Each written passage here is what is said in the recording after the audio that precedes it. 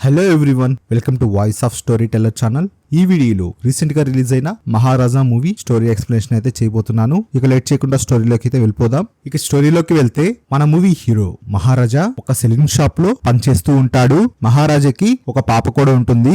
ఒకరోజు తన పాప కోసం మహారాజా బొమ్మ కొంటూ ఉన్నప్పుడు హఠాత్తుగా ఒక లారీ వచ్చి వాళ్ళ భార్య పాప ఉన్న ఇంటి మీదకి వెళ్ళిపోతుంది. దాంతో మహారాజా భార్య చనిపోతుంది, పాప బతుకుతుంది. అప్పటి నుంచి తల్లి కూడా తనే అయ్యి పాపని కంటికి రెప్పలా కాపాడుకుంటూ జాగ్రత్తగా పెంచుతాడు.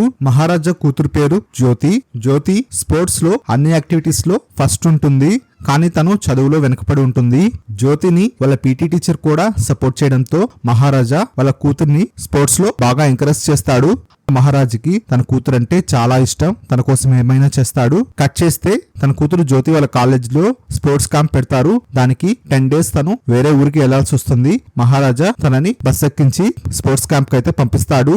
కట్ చేస్తే నెక్స్ట్ డే మహారాజా ఒంటి నిండా గాయాలతో పోలీస్ స్టేషన్ లో ఉంటాడు. అక్కడున్న పోలీస్ మహారాజాకి ఏమైందని అడగ్గా, నా పేరు మహారాజా అని, నేను సెలూన్ షాప్ లో పనిచేస్తుంటానని, నిన్న మా ఇంటికి వెళ్లేసరికి కొంతమంది గుర్తు తెలియని వ్యక్తులు ముఖానికి ముసుగులు వేసుకొని నా పైన దాడి చేశారని, అంతేకాకుండా మేమెంతో ఇష్టంగా చూసుకునే లక్ష్మిని కూడా కిడ్నాప్ చేసి తీసుకుని వెళ్లిపోయారని పోలీసులకు చెప్తాడు.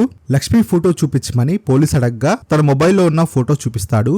ఆ ఫోటోలో ఉన్న మహారాజా కూతురిని చూపించి తనే లక్ష్మినా అని అడుగుతాడు. మహారాజా కాదని చెప్తాడు. మహారాజా ఇంకా తన కూతురు జ్యోతి పట్టుకో ఉన్న ఒక చెత్తపుట్ట పేరు లక్ష్మి అని, ఆ చెత్తపుట్టినే వాళ్ళు తీసుకుని వెళ్లారని, మీరు ఎలాగైనా ఆ చెత్తపుట్టని వెతికి వాళ్ళని పోలీసుని అడుగుతాడు. దాంతో పోలీస్ కి చాలా కోపం వస్తుంది. దీనికి కంప్లైంట్ తీసుకోవడం కుదరదని, నువ్వు పోలీసులతో పరాచకాలు ఆడొద్దని, నువ్వు వెంటనే స్టేషన్ వదిలి బయటికి వెళ్లాలని మహారాజాని కోప్పడతాడు. దానికి మహారాజా, మీరు నా దగ్గర కంప్లైంట్ తీసుకోకపోతే నేను మీ పై అధికారికి కంప్లైంట్ చేస్తానని చాలా కోపంగా ఎస్ఐతో చెప్తాడు. దాంతో ఎస్ఐకి పిచ్చ కోపం వచ్చి మహారాజాని కొడతాడు. మహారాజా చాలా ముండిగా పట్టుబట్టి అక్కడున్న అటకని గట్టిగా పట్టుకొని తన కంప్లైంట్ తీసుకునేంత వరకు నేను స్టేషన్ లో నుంచి వెళ్ళనని ముండి పట్టుపడతాడు. అక్కడున్న పోలీసులందరూ కలిసి మహారాజాని గట్టిగా లాగుతారు. కానీ మహారాజా ఆ అటకని మటుకు వదలడు. దాంతో ఆ అటక ఊడి కింద పడిపోతుంది. దాంట్లో ఉన్న సామాన్ అంతా స్టేషన్ లో పడిపోతుంది. ఆ సామాన్ లో ఒక పెట్టెలో నాగుపాము ఉంటుంది. పాము బయటికి రాగానే పోలీసులు అక్కడున్న వాళ్ళందరూ భయపడి స్టేషన్ నుంచి బయటకు వచ్చేస్తారు. మన మహారాజా మటుకు చాలా ధైర్యంగా పామును పట్టుకొని నిలబడతాడు. కట్ చేస్తే కాసేపు తర్వాత ఆ పోలీస్ స్టేషన్ సిఐ వస్తాడు. సిఐ ఎలాంటి వాడంటే తనే దగ్గరుండి దొంగతనాలు చేపించి మళ్ళీ తనే వెళ్ళి ఆ కేసుని ఈజీగా క్లోజ్ చేస్తాడు. దొంగతనం చేసిన డబ్బు నగలని తను ఇంకా పోలీసులు దొంగతనం చేసిన వాడితో పంచుకుంటాడు. ఇలాంటి కన్నింగ్ అయిన సిఐ స్టేషన్ కి వచ్చి ఏంటి స్టేషన్ గందరగోళంగా ఉందని అడుగుతాడు. అప్పుడు అక్కడున్న పోలీసులు మహారాజా గురించి చెప్తాడు. మళ్ళీ సిఐ ఏమైందో చెప్పమని మహారాజాను అడగ్గా మళ్ళీ మహారాజా ఎస్ఐకి చెప్పిందే రిపీట్ చేసి సిఐకి కూడా చెప్తాడు. సిఐ కూడా మహారాజాని తిడతాడు. వీళ్ళు ఇలా మాట అయినారని తన దగ్గరున్న 40,000 రూపాయలు తీసుకుని వచ్చి సిఐ చేతికి ఇచ్చి, ప్రస్తుతానికి ఈ డబ్బులు తీసుకోండి, మీకు కావాలంటే నేను ఇంకా 5 లక్షల రూపాయలు ఇస్తాను, ప్లీజ్ మీరు ఆ చెత్తబుట్టని నాకు ఎతికివ్వమని అందరి ముందు సిఐని అడుగుతాడు. దాంతో సిఐకి కోపం వచ్చి మహారాజాని కొట్టి స్టేషన్ నుంచి బయటికి విసిరేస్తారు. కట్ చేస్తే సిఐ కానిస్టేబుల్ ని మహారాజా దగ్గరికి పంపించి తన దగ్గర ఉన్న డబ్బులు తీసుకొని అందరి ముందు డబ్బులు ఇస్తే సిఐఏ కాదు ఎవరైనా అలాగే కొడతారు. ఇక మీదట నువ్వు ఇలా బయటకు వచ్చే నువ్వు చెప్పిన 5 లక్షల రూపాయలు ఇస్తూ ఉండాలని, నీ చెత్త కేసు సార్ చూస్తానని మహారాజుకైతే చెప్తాడు. సిఐ ఎస్ఐని తీసుకొని మహారాజా ఇంటికి వెళ్లి అక్కడ జరిగిందంతా చూస్తారు.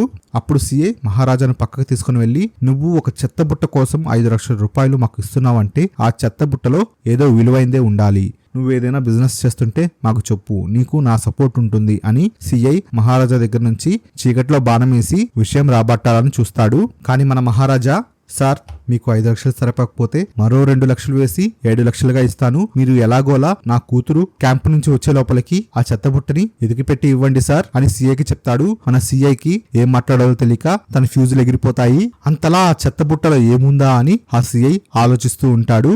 ఆ మిస్ అయిన చెత్తబుట్ట చాలా పాతకాలం నాటిది. అలాంటి చెత్తబుట్ట కోసం ఆ సిఐ పోలీసుల చేత చాలా అంగళ్లలో వెతికిస్తాడు. కానీ అలాంటి చెత్తబుట్ట దొరకదు. ఇక చేసేదేమీ లేక అలాంటి చెత్తబుట్టనే ఒకటి చేపించి దానికి సొట్టలు పెట్టి పాతదిగా కనిపించేలా మరకలు చేపించి ఆ చెత్తబుట్టని తను పోగొట్టుకున్న చెత్తబుట్ట దొరికిందని మహారాజాకి చెప్పాలని సిఐ ప్లాన్ చేస్తాడు. ఎలాగోలా ఈ కేసు క్లోజ్ చేసి మహారాజా దగ్గర ఆ 7 లక్షలు తీసుకోవాలని సిఐ ప్లాన్ చేసి ఆ చెత్త కుండిని మహారాజా ఇంట్లో నుంచి దొంగలించినట్టు కొంతమందిని అరేంజ్ చేయడానికి తనకు తెలిసిన రౌడీలకి కాల్ చేస్తాడు. కానీ ఎవరిని అడిగినా చెత్త బుట్టని దొంగతనం చేశానని ఎవరు ఒప్పుకోరు. ఎందుకంటే ఇది వాళ్ళ ప్రెస్టేజ్ ఇష్యూ. పోయి చెత్త బుట్టని దొంగతనం చేశానంటే వాళ్ళు అందరి దృష్టిలో జోకర్ అవుతారని చాలా కామెడీగా అనిపించి ఎవరు సిఐకి ఓకే చెప్పరు. కానీ సిఐ దగ్గర పోలీస్ ఇన్ఫార్మర్ అయిన నల్లసీను ఉంటాడు. ఇదంతా విని సార్ ఎవరు ఒప్పుకోకపోతే వాళ్ళకిచ్చే డబ్బులు నాకు ఇవ్వండి, నేనే ఆ చెత్త బుట్టని దొంగతనం చేశానని ఒప్పుకుంటాను అని ఆ నల్లసీను చెప్తాడు. సరే ఎవరొకరు దొరికారులే అని సిఐ కూడా ఓకే చెప్తాడు. అప్పుడు సిఐ వెంటనే పోలీస్ స్టేషన్ కి కాల్ చేసి మహారాజా దగ్గర ఎఫ్ఐఆర్ తీసుకోకుండా అట్లీస్ట్ సిఎస్ఆర్ అన్న తీసుకోండి అని తనని మళ్ళీ ఏం జరిగిందో అడిగి మీరు రికార్డ్ చేసుకోండి అని నేను లైన్ లోనే ఉంటానని చెప్పి సిఐ ఫోన్ స్పీకర్ ఆన్ చేసి వింటూ ఉంటాడు. మహారాజాని ఏమైందో చెప్పండి, మీ చెత్తబుట్ట దొరికింది, మీ దగ్గర స్టేట్మెంట్ తీసుకోవాలని చెప్పి మళ్ళీ జరిగింది అడిగితే ఈసారి మహారాజా ఇన్ని రోజులు చెప్పిన విధంగా కాకుండా చాలా ఎమోషన్ గా ఫీల్ అయ్యి జరిగింది చెప్తాడు. తను చెప్పింది విని అక్కడున్న నల్లసీనుకి చాలా భయమేస్తుంది. తనేదో తప్పు చేసినట్టు మనకు కనిపిస్తుంది. మహారాజా దగ్గర స్టేట్మెంట్ తీసుకున్నాక సిఐ ఫోన్ కట్ చేసి నల్లశివకి ఈ విధంగా చెప్తాడు, రేపు నువ్వు మాతో పాటు మహారాజా ఇంటికి వచ్చి తను చెత్తబుట్ట ఎలా దొంగతనం చేశాడో ఏదో ఒకటి అబద్ధం చెప్పమని, తర్వాత నీ షేర్ నీకు ఇస్తామని సిఐ నల్లశివకి చెప్తాడు. కట్ చేస్తే నెక్స్ట్ డే సిఐ మిగతా పోలీసులను తీసుకొని ఇంకా నల్లసీనుని కూడా తీసుకొని మహారాజాకి తను ఎలా దొంగతనం చేశాడో చూపించమని చెప్తే ఆ నల్లసీను తను దొంగతనం ఇలా చేశానని చెప్తూ ఉంటాడు. అదే టైంలో నల్లసీను ఆడే డ్రామా చూసి ఆ సిఐకి చాలా కోపం వచ్చి ఈ నల్లసీనుని వదిలేద్దామా అని మహారాజాని అడుగుతాడు. మహారాజాకి ఏమీ అర్థం కాదు. మహారాజా ఇన్ని రోజులు సిఐ దగ్గర ఒక విషయం దాపెడతాడు. ఆ విషయం సిఐకి ఎలా తెలిసిందా అని మహారాజా కూడా షాక్ అవుతాడు. దీంతో అసలు జరిగిన విషయం ఏంటో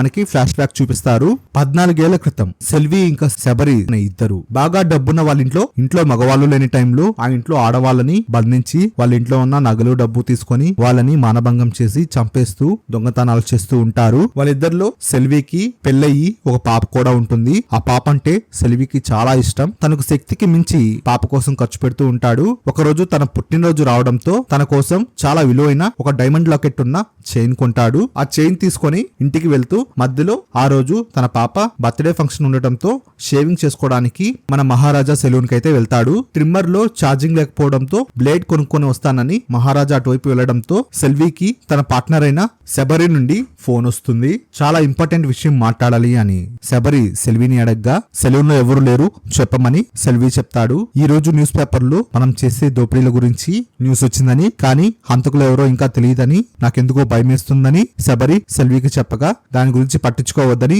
మనం రియాక్ట్ అయితే దొరికిపోతామని, మనం కొన్ని రోజులు ఇవన్నీ చేయకుండా ఉందామని శబరికి నచ్చజెప్పి ఫోన్ కట్ చేసి వెనక్కి చూడగా అక్కడ ఆల్రెడీ మన మహారాజా అయితే వచ్చి ఉంటాడు. సెల్వికి తను ఫోన్ లో మాట్లాడింది మహారాజా విన్నాడేమో అని చాలా డౌట్ గా ఉంటుంది. తను షేవింగ్ అయిపోగానే కంగారుగా తను ఇంటికి వెళ్ళిపోతాడు. కట్ చేస్తే సెల్వి పాపకి ఫంక్షన్ స్టార్ట్ అవుతూ ఉంటుంది. కానీ సెల్వి మనసు మాత్రం చాలా గందరగోళంగా ఉంటుంది. అప్పుడు తన పార్ట్నర్ శబరి కూడా పాప బర్త్డే ఫంక్షన్ కి వస్తాడు. అప్పుడు సెల్వి శబరికి జరిగిందంతా చెప్తాడు. మనం మాట్లాడుకునింది ఆ కటింగ్ షాప్ లో ఉండే అతను విన్నాడని డౌట్ గా ఉంది అని, ఎందుకైనా మంచిది వాడిని చంపేయాలని చెప్పి సెల్వి శబరికి చెప్పగా ఈలోగా తన పాప కోసం తెచ్చిన డైమండ్ లాకెట్ ఉన్న చైన్ కనపడకుండా పోతుంది. తన భార్య చైన్ కనపడట్లేదని చెప్పగా అప్పుడు సెల్వికి గుర్తొస్తుంది ఆ చైన్ కంగారులో ఆ కటింగ్ షాప్ లోంచి రావడంలో అక్కడ మర్చిపోయి వస్తాడు. కానీ మన మహారాజా ఆ చైన్ ని చూసి సెల్వి యొక్క అడ్రస్ కనుక్కొని ఆ చైన్ ఇవ్వడానికి ఆల్రెడీ బయలుదేరుంటాడు. సెల్వి ఇంకా శబరి సెలూన్ కి వెళ్ళడానికి బైక్ స్టార్ట్ చేస్తూ ఉండగా అప్పుడే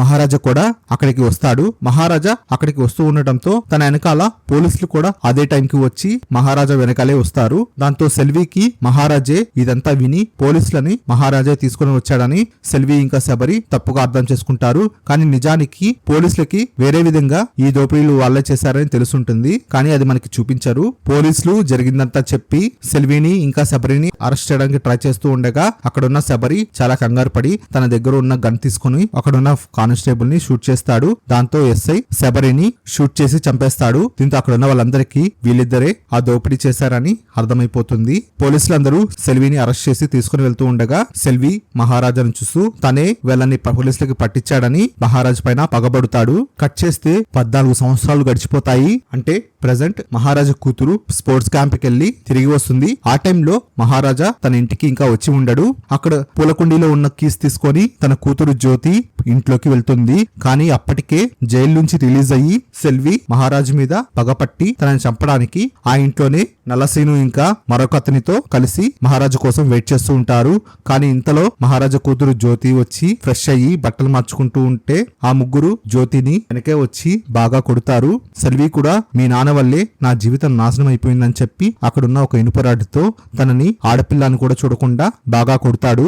కానీ అక్కడున్న నల్లసీను ఇంకా మరొక రౌడీ వయసులో ఉన్న జ్యోతిని చూసి తనని రేప్ చేస్తాడు. సెల్వి కూడా మహారాజు మీద కోపంతో వాళ్ళని అడ్డు చెప్పకుండా కామైపోతాడు. అలా నలసీను ఇంకా మరో రౌడీ చాలా సార్లు జ్యోతిని రేప్ చేసి అక్కడి నుంచి వెళ్ళిపోతారు. కాసేపు తర్వాత మహారాజా ఇంటికి వచ్చి చూసి ఆడ పడిపోయిన జ్యోతిని చూసి మహారాజా తట్టుకోలేకపోతాడు. తన కూతురిని ఎవరు ఇలా చేశారో అర్థం కాక తల్లడిల్లిపోతాడు. తన కూతురు కూడా ఏడుస్తూ ఎవరు నాన్న నన్ను ఇలా చేసింది, నన్ను ఇలా చేయడానికి వాళ్ళకి ఎలా అనిపించింది, నాకు ఒక మాట ఇవ్వు, నాకు ఇలా చేసింది ఎవరో కనుక్కొని నా దగ్గరకు తీసుకునిరా, నేను వాళ్ళతో ఖచ్చితంగా మాట్లాడాలి అని మహారాజ్ దగ్గర జ్యోతి ప్రామిస్ తీసుకుంటుంది. ఇంతటితో ఫ్లాష్ బ్యాక్ అయిపోయి ఉంటుంది. పోలీసులకి ఆ చెత్తబుట్ట గురించి చేసే ఎంక్వైరీలో ఈ విషయం బయటపడుతుంది. డబ్బు కోసం ఏదైనా చేసే ఆ సిఐ ఈ విషయం విని తనకి గుండె రగిలిపోతుంది.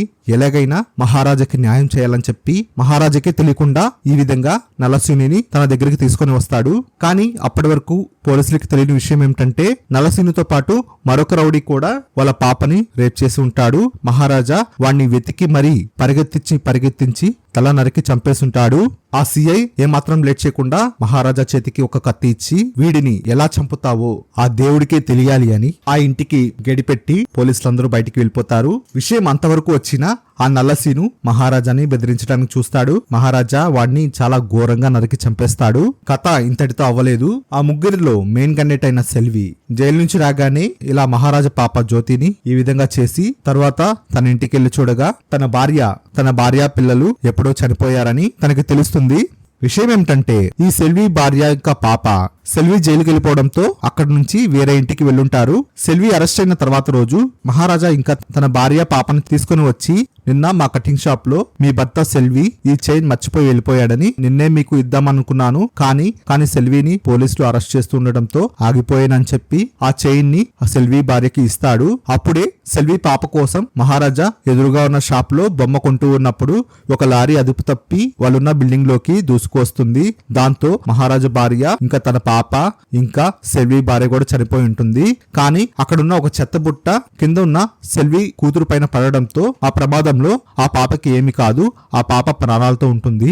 అంటే ఇన్ని రోజులు మన మహారాజా సెల్వి కూతుర్ని పెంచి పెద్ద చేసుంటాడు. తన సొంత కూతురు కన్నా చాలా ప్రేమగా ఆ పాపని పెంచుతాడు. ఈ విషయం తెలియక సెల్వి మహారాజు మీద పెంచుకున్న పగతో తనకు తెలియకుండానే తన కూతుర్ని దగ్గరుండి ఆ రౌడీల చేత మానభంగం చేయిస్తాడు. కట్ చేస్తే సెల్వి తను ఏదో వ్యాపారం చేసుకుంటూ ఉండగా మహారాజా తనకు సంబంధించిన మనుషుల్ని కొడుతూ ఆ సెల్విని ఒక కన్స్ట్రక్షన్ జరుగుతున్న బిల్డింగ్ లోకి రప్పిస్తాడు. అక్కడ సెల్వి మహారాజాను చూసి ఇద్దరు బాగా ఫైట్ చేసుకుంటారు. ఎలాగోలా మహారాజా సెల్విని బాగా కొట్టి తన కాళ్ళు చేతులు వించేస్తాడు. అప్పుడు ఆ బిల్డింగ్ దగ్గరికి తన కూతురు జ్యోతికి ఇచ్చిన మాట ప్రకారం తన కూతుర్ని తీసుకుని వచ్చి సెల్వి ముందు కూర్చోపెడతాడు. జ్యోతి సెల్వితో ఒంటరిగా మాట్లాడాలని చెప్పి మహారాజాని బయటికి పంపిస్తుంది. తన దగ్గర ఉన్న నగల మూటని సెల్వి ముందు వేసి దీనికోసమే కదా నువ్వు ఆ రోజు వచ్చి ఇలా చేశావు, నీలాంటి నీచుడు మాలాంటి ఎంతమందో అమ్మాయిల్ని ఈ గతి పట్టించారని, కానీ నీ వల్ల నా జీవితం ఇతడితో ఆగదని, నేను ఎలాగోలా ఈ పరిస్థితి నుంచి బయటపడి బాగా బతుకుతానని, నేను ఇక్కడికి రాకుండా ఉంటే మా నాన్న నిన్ను చంపేసేవాడని, నేను నీకు ప్రాణభిక్ష పెడుతున్నానని జ్యోతి సెల్వికి చెప్పి బయటికి వెళ్తూ ఉంటుంది. అప్పుడు సెల్వి ఆ నగల మూటలో ఒక చైన్ ని చూస్తాడు. ఆ చైన్ తను 14 ఏళ్ల క్రితం తన కూతురి బర్త్డే రోజు తన కూతురు కోసం కొని ఉంటాడు. ఆ చైన్ తీసుకొని జ్యోతి వైపు చూడగా జ్యోతి వీపు పైన ఒక కాలిన మచ్చ ఉంటుంది. అది చిన్నప్పుడు తన ఒంటికి అయిన గాయం. దాంతో సెల్వికి జ్యోతియే తన కన్న కూతురని అర్థమవుతుంది. తన కూతురు కోసం పెద్ద పెద్దగా పిలుస్తూ పాక్కుంటూ వచ్చేలోపు మహారాజా జ్యోతిని అక్కడి నుంచి పంపించేస్తాడు. సెల్వి తను చేసిన తప్పుని తెలుసుకొని ఆ బాధను తట్టుకోలేక ఆ బిల్డింగ్ పై నుంచి దూకి ఆత్మహత్య చేసుకుంటాడు. ఇంతటితో ఈ స్టోరీ అయిపోతుంది. మీకు నా స్టోరీ ఎక్స్ప్లెనేషన్ నచ్చినట్లయితే ప్లీజ్ ఈ వీడియోకి లైక్ చేయండి. మీరు ఈ ఛానల్ ఫస్ట్ టైం చూస్తున్నట్లయితే సబ్స్క్రైబ్ చేసుకోవడం మర్చిపోవద్దు. సరికొత్త వీడియోతో మీ ముందుకి మళ్ళీ వస్తాను. Thanks for watching this video.